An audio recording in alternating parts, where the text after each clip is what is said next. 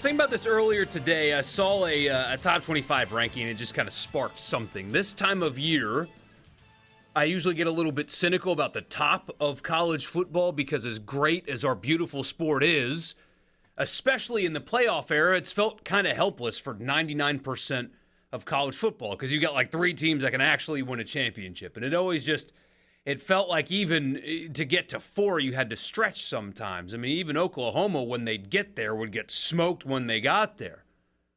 But this year, I think going into the season anyway, it feels a little bit different. There's not the inevitability of, well, it's going to be one of Alabama, Clemson, and Ohio State. So just pick one because that's it. Nobody else has a chance.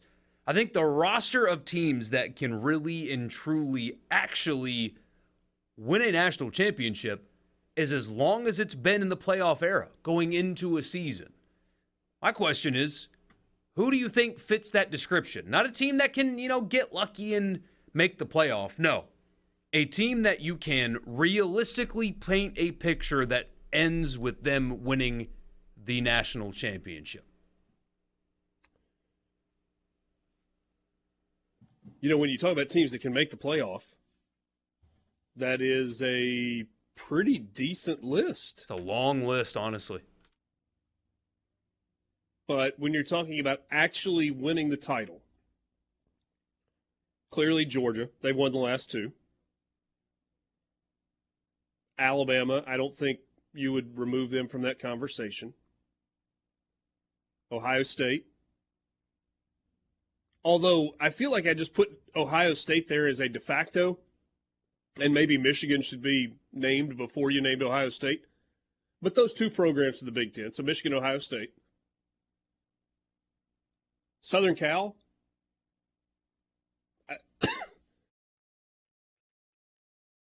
Sorry, guys, I'm struggling.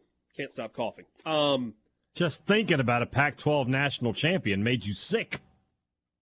Yeah, I mean, I don't know if the defense is there for Southern Cal. They did add some pretty good pieces through the transfer portal on that side of the ball, but I don't know in terms of depth if it's there.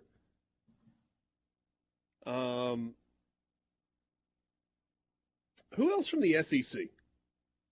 We said Georgia and Alabama. I think it's 3, Georgia, Alabama, LSU. Tennessee is the dark horse there because they got to win 2 games. They got to beat Alabama and Georgia. I've got them in my fringe category because there's a big if fringe with Tennessee. They got to get better defensively as well, but no doubt. But I'm like breaking it down in my head by conference, and that's it. I think the SEC has 4.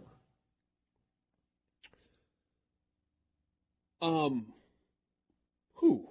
I mean, Tennessee. I feel like there are a few things that need to be answered before we can say they are in a team that can win it all? Yeah, there's no question. But, I mean, are their questions any different than Ohio State's questions? Yeah, Ohio State's got a more complete roster.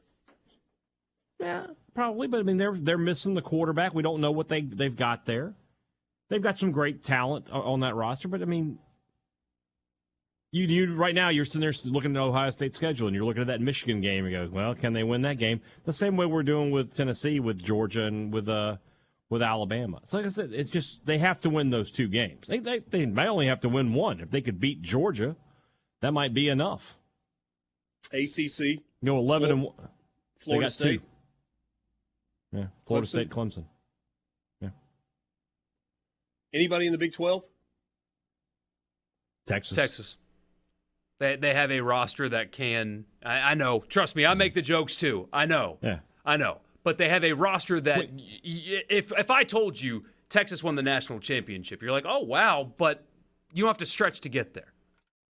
When you have an elite quarterback, that takes care of a lot of problems. And then I mean, he's got good talent around him, but having Ewers is good enough to win a lot of games. We're confident that Quinn Ewers is elite. I'm confident in that assessment. He's got a group of receivers that you can use that word really for, too.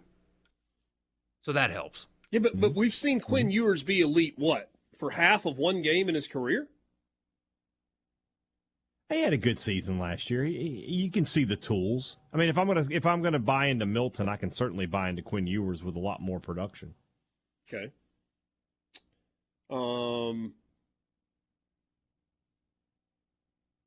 We mentioned Florida State.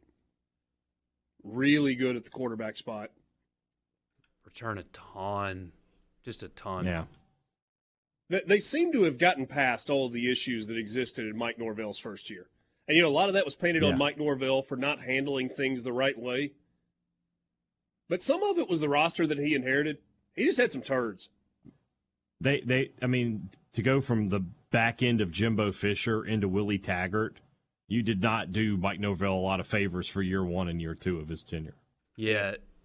Jimbo got a pass for what Taggart was left with. They had the worst offensive line in Division I college football in Taggart's first year. Yeah. The worst.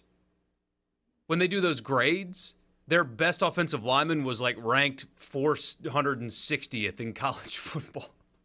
That's how bad they were. And obviously it didn't get any better. Anybody else from the Pac-12? We mentioned Southern Cal. What about UW? Oregon and Washington are both reasonable.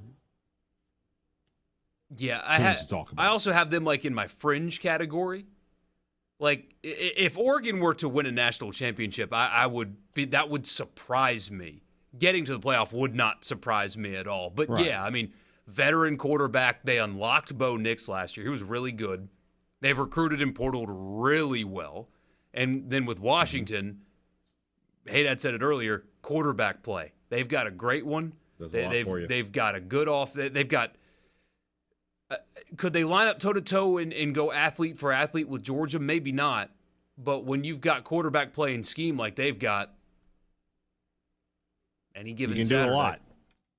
Another thing with Georgia is I don't underestimate what Dan Lanning brings, having coached in the SEC, coached for a national championship. He knows how to get there at least. Top 5 receivers returned for Washington, and they accounted for 24 touchdown catches a year ago. And there's no question they got a guy that can deliver the rock. Michael Penix threw for 4,600 yards and 31 touchdowns last year. Yeah. His footwork's bad, though, I hear. Oh, is it? Yeah, that's what some people would have you believe. Yeah. Wait, am I missing something? Yes. Okay. Yeah, no, he's incredible. Him returning to Washington, because of where it is in relation to us, people around here, that didn't move a single needle, right? But that was massive, because last year's quarterback class was not very good, as it turns out. He could have gotten drafted, not in the first round, but he could have gotten drafted and could be on an NFL roster right now, chose to stay, and now they're a dark horse contender. This quarterback class in college football this year is just unbelievable. There are so many guys who are already elite, and then you have guys who are ready to take that step into elite.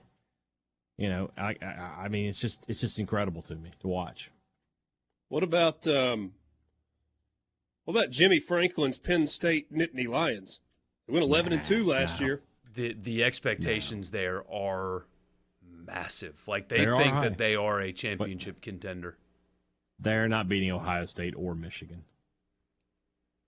They're real 11-2. They'll be in the Drew Cotton Allen Bowl, but he's a good player. But they'll be another 9-3, 10-2 season. They'll play in the Cotton Bowl or the Peach Bowl, and that would be a good year. But they're not competing for a national championship.